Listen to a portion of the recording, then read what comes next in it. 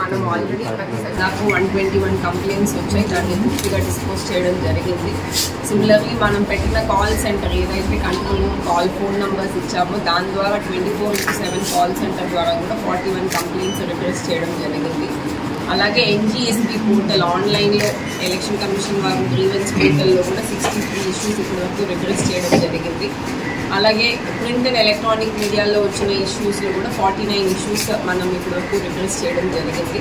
అలాగే సోషల్ మీడియాలో కూడా ఒక 2 ఇష్యూస్ వస్తే దాన్ని కూడా డిస్పోజ్ చేయడం జరిగింది. సో మొత్తం కంట్రోల్ రూమ్లో ఇప్పటివరకు 276 కంప్లైంట్స్ మనము డిస్పోజ్ చేయడం జరిగింది.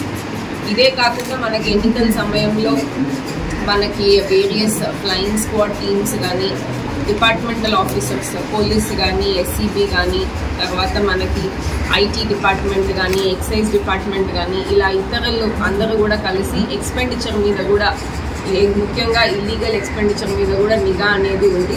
సో దాంట్లో భాగంగా జిల్లాలో ఇప్పటి వరకు మనకి 16 మార్చి నుంచి ఇవాళ 4వ తారీఖు, సో ఇప్పటి వరకు కూడా మొత్తము 99 lakhs వాల్యూ ఉన్న ఐటమ్స్ మనం సీజ్ చేయడం జరిగింది. సో దాదాపు